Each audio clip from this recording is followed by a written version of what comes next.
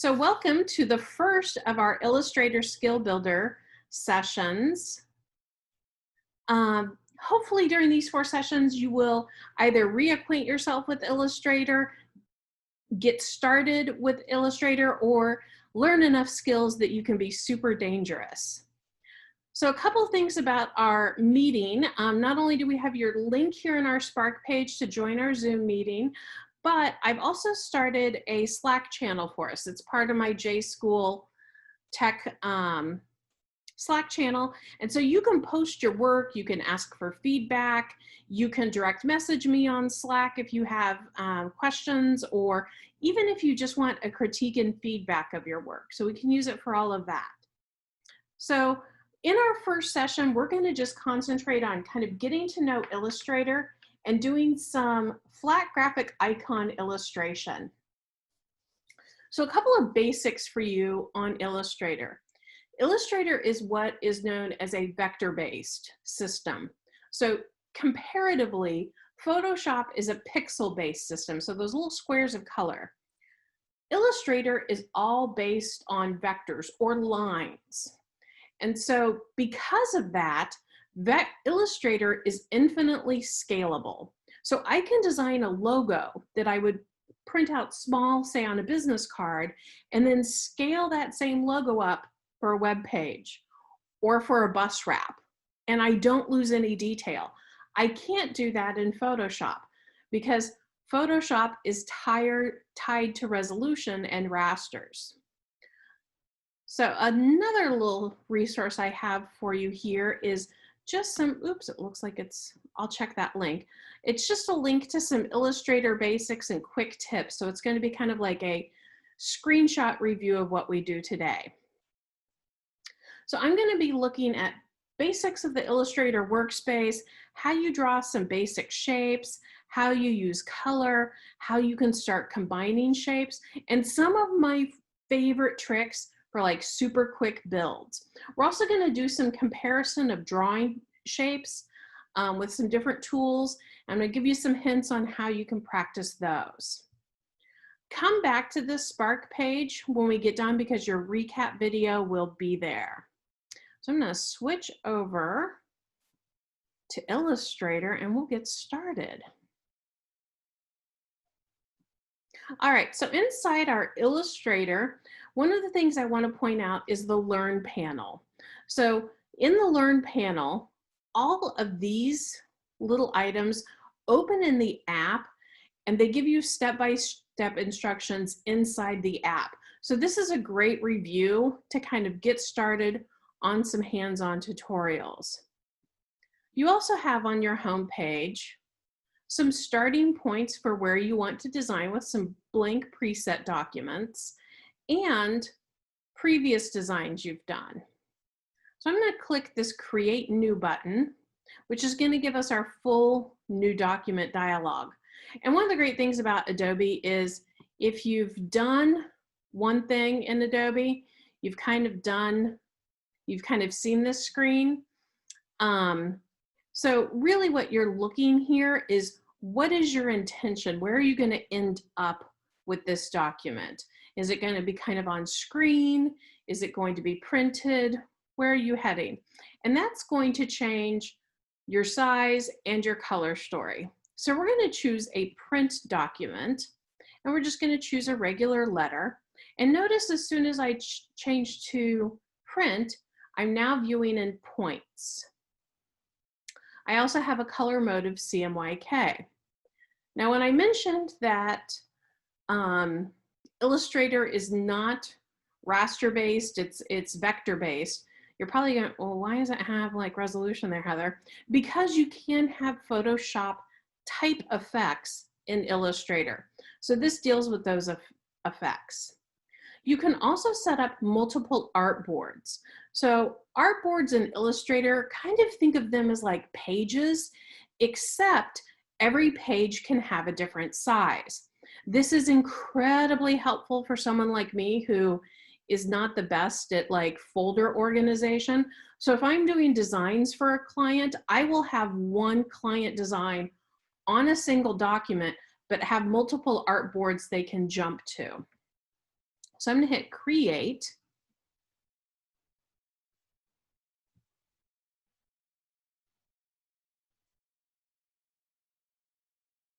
And so here we are. So this is actually my workspace. This is not the default one. So let's switch this really quick to the default. I'm going to switch to essentials, and then I'm just going to reset it. So I have this is just my little interesting, you got a glimpse behind the scenes of how Heather thinks. I hate jumping back and forth from toolbars to panels. So I typically have my key critical toolbars over here, or my panels over there next to my toolbar. So just a little thing for you. So all of these are different workspaces that you can choose based on what you're doing. For our purposes, the Essentials panel certainly gets us started. Now, one thing that has changed in the 2020 version of Illustrator is that the Essentials panel kind of limits some tools for you. So if you switch to the Classic, you then will get all of the tools in. So if it feels like you're not getting everything you need, you can do that. Or if you don't like the control bar, but you do want all your tools, you can come down to your toolbar, click Edit, and then from this flyout menu, choose the Advanced toolbar. And then you can see it adds all the additional tools. This is typically how I would work in an Essentials panel. I like the cleaned up properties panel up here as opposed to the control bar on the top.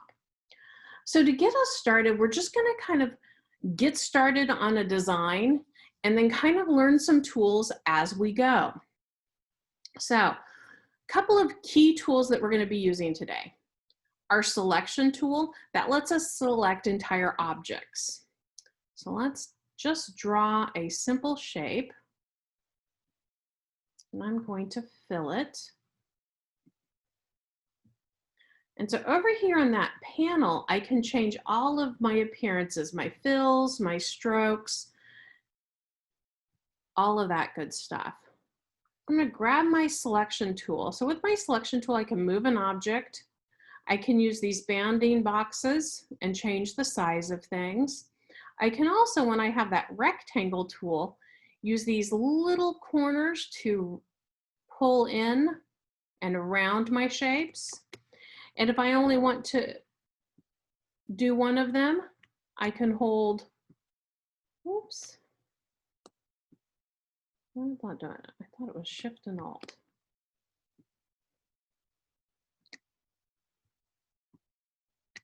I can rotate those in. My direct selection tool lets me grab points and paths. So this is kind of the critical thing about Illustrator. So I'm going to draw two shapes, and you're going to think to yourself, those are really different shapes, but Illustrator does not actually know that they are two different shapes. So we have an ellipse or a circle, and we have a square. So I'm going to select these with my direct selection tool. These are the exact same thing. These are 1, 2, 3, 4 points with paths in between. That's what I have here. 1, 2, 3, 4 points with 4 paths in between. The only difference is these anchors. These handles, direction handles on the anchors have said, instead of going straight to this point, I want you to curve over here and then curve down here. If I change these handles, I can change the shape. And then that gives me a straight line. So if I went through and adjusted all of my handles, I'm going to end up with a square. So that's kind of the first way you can start manipulating shapes, is using your direct selection tool to manipulate points and paths. Notice when I hover over the different points or paths, I get a cue. So now I have that path and I can manipulate the path. So just those simple objects help me kind of figure things out. We're going to talk about pen tools later this afternoon, but I want to come down here to our shape tools. So underneath the shape tools, I have all kinds of other tools embedded. And when I click and hold on these, I can come out to the far right, click this outside arrow, and pull those off.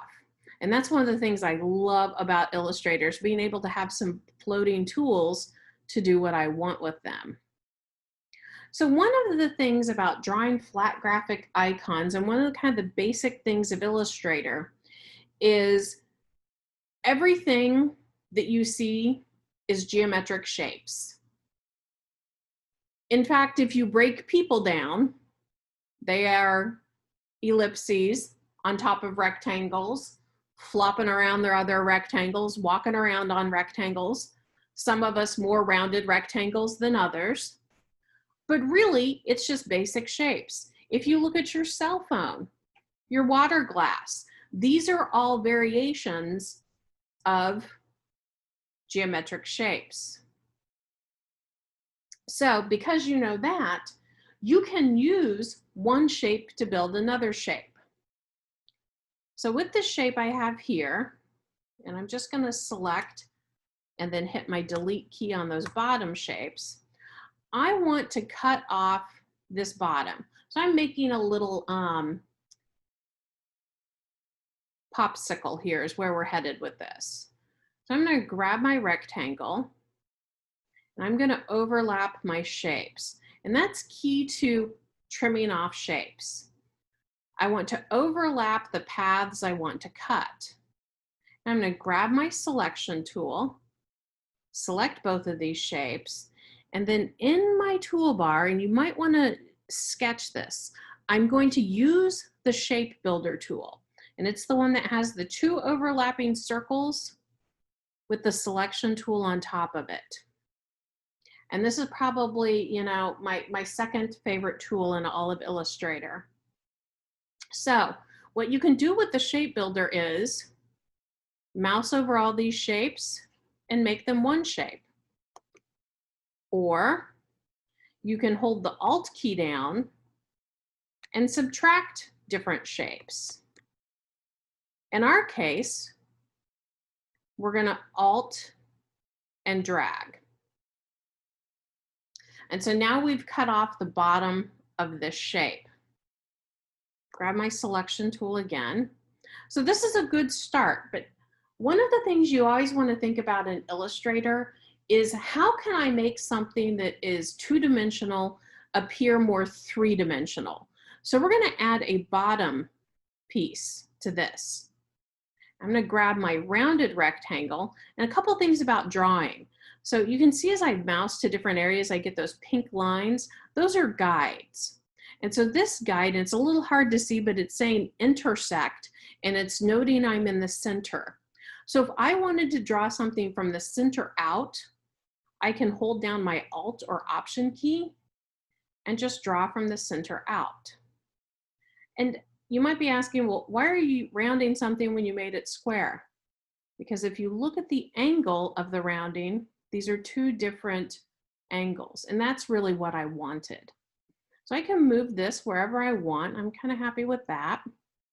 And so to make something look three-dimensional, I want to start using color.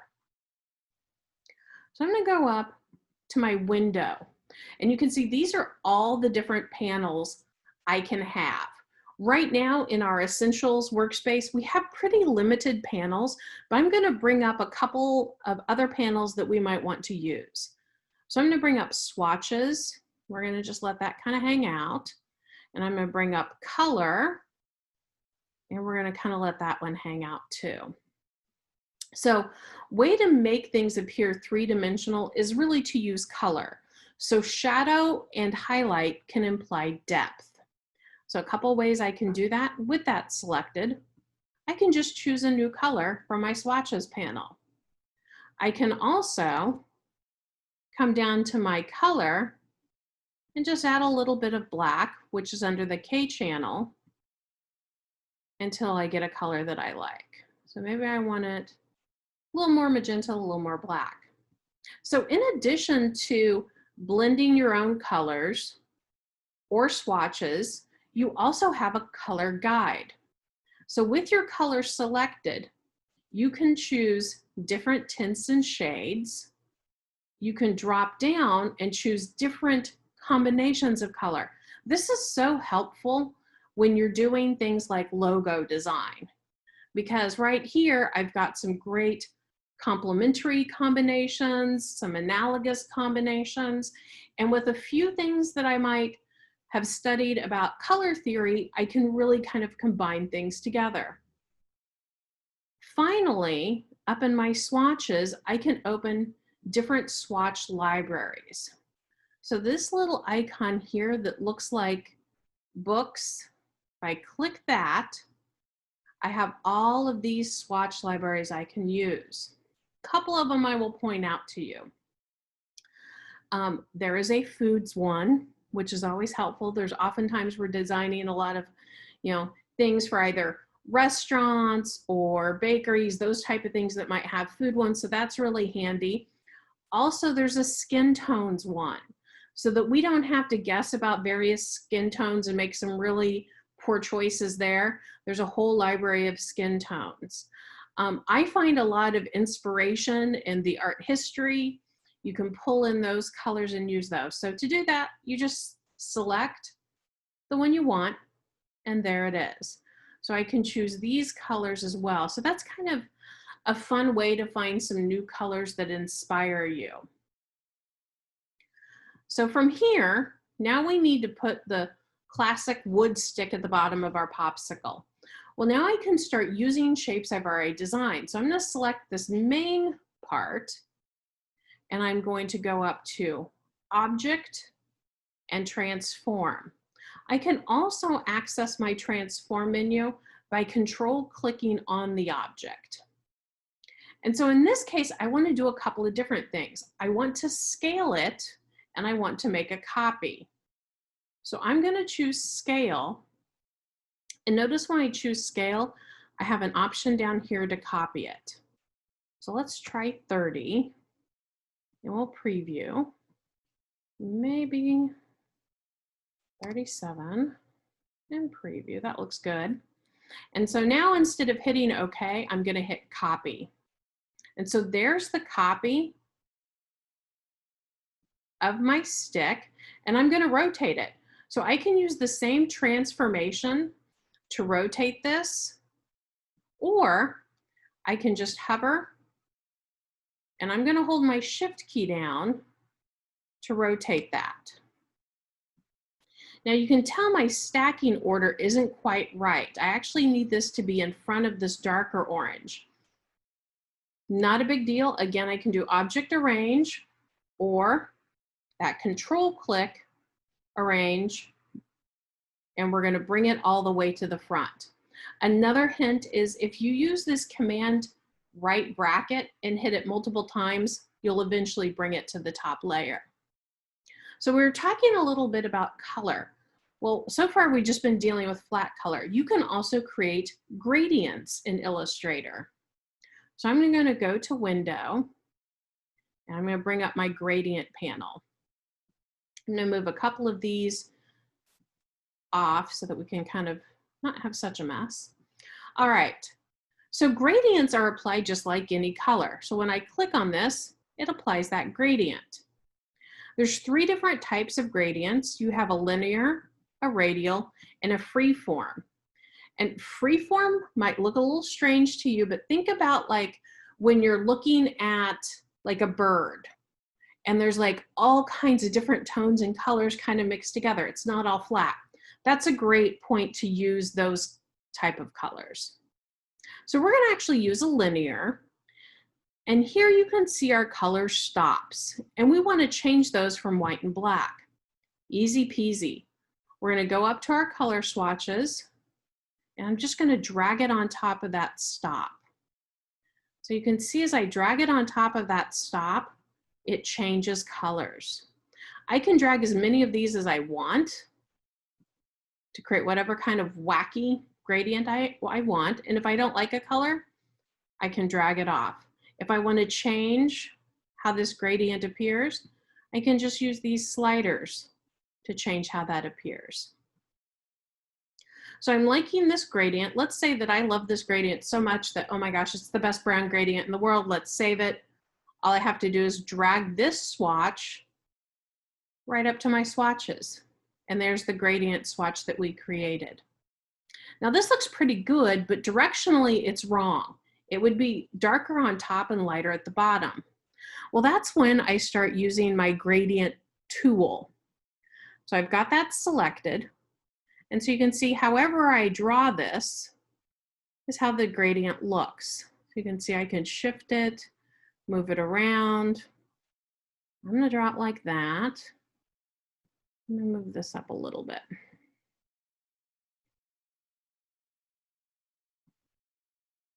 So that looks pretty good to me. Whoops. So now we've got our gradient in there. And we could even go a step further and put a little darker shadow around this, but you know, we got time that we're worried about here.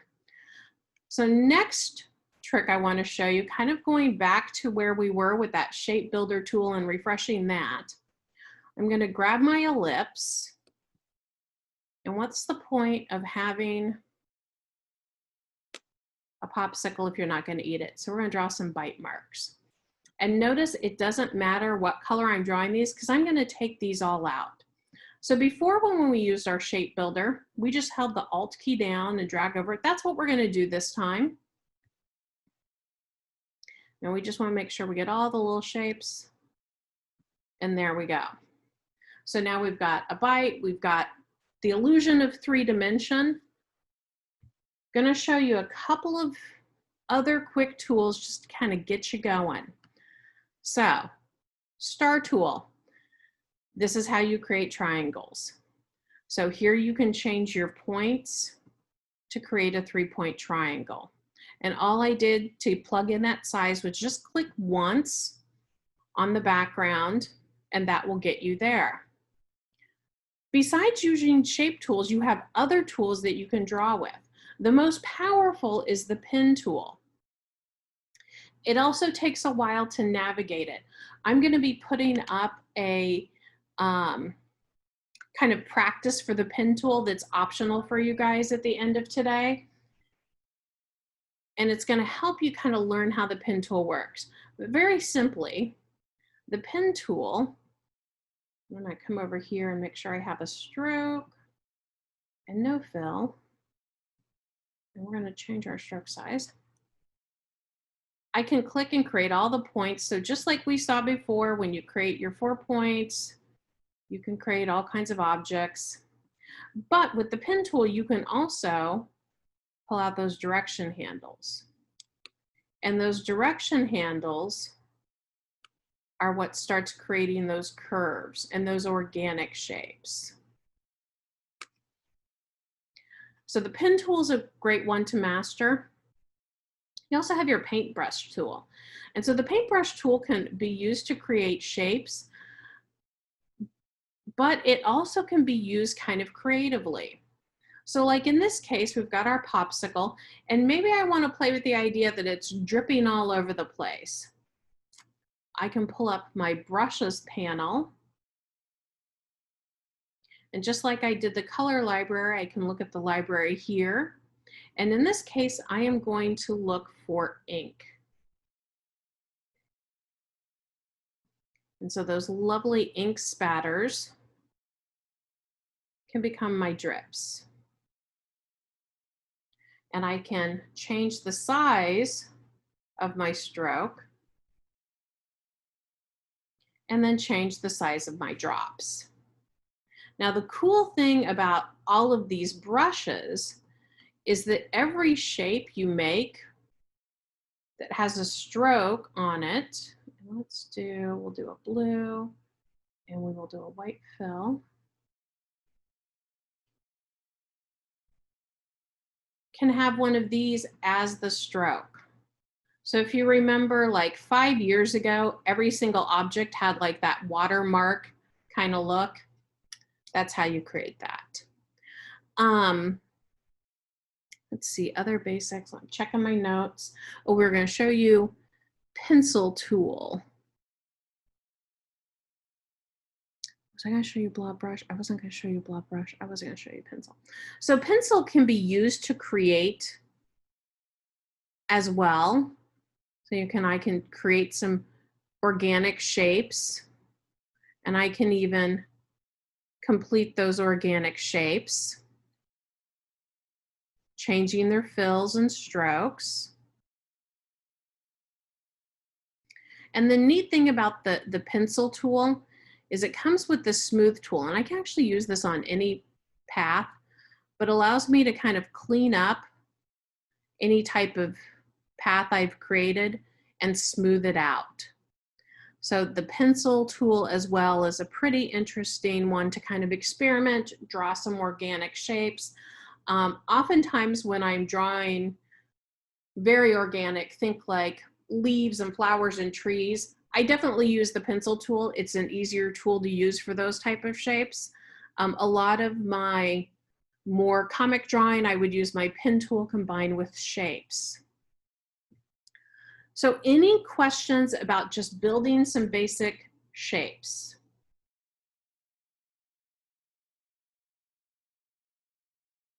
Okay, I'm gonna go ahead and pause my recording. Not enough. So a couple of things that as I was drawing, I realized that might be helpful for you. So one thing, if you've created something you like and you kind of need to duplicate it, a great trick for that in Illustrator is as you have that shape selected, Alt and drag, and it'll make a copy of your shape.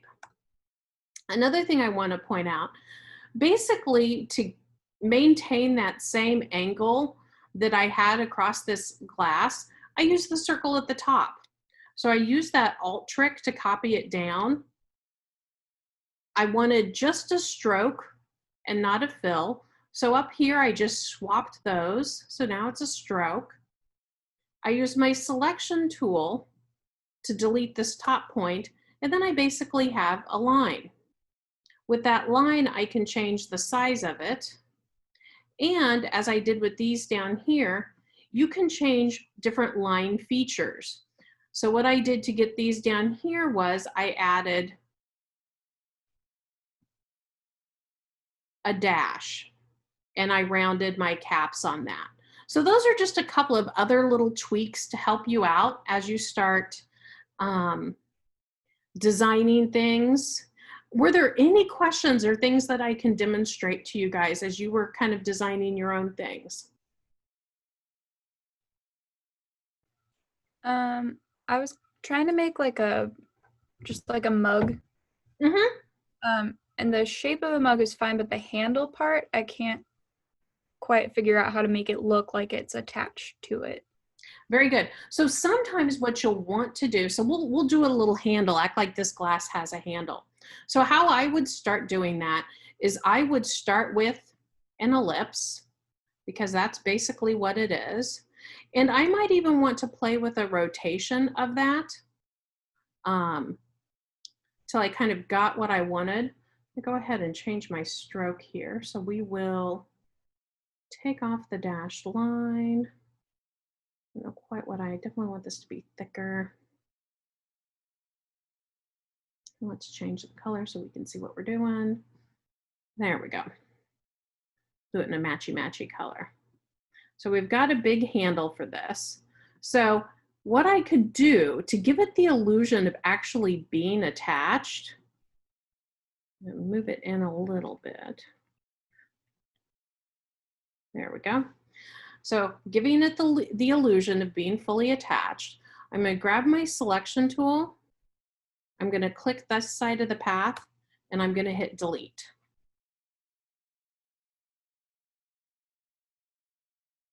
And then you really kind of never know that it's not, it gives it that illusion. Now what I can do if I wanted to shape build this, I can also just grab that and whoopsie, I altered. I'll try that again. Sometimes there's another little trick here that we might, yeah, we're gonna have to do another little. So one of the things you can do, so this is just a half stroke, so it's not shape building well. What I can do is expand this. So if I go to object, so pay attention to where this path is. This is just a path. Even though it looks like a full shape, it's not. It's just a path. If I go to object, and what I want to do is expand this shape, and I'm expand the fill and the stroke, and that's okay. And now I've got a full shape. So now when I go to shape build it, it'll build together. Does that solve that problem for you? Yep. Okay. Any other little tweaks?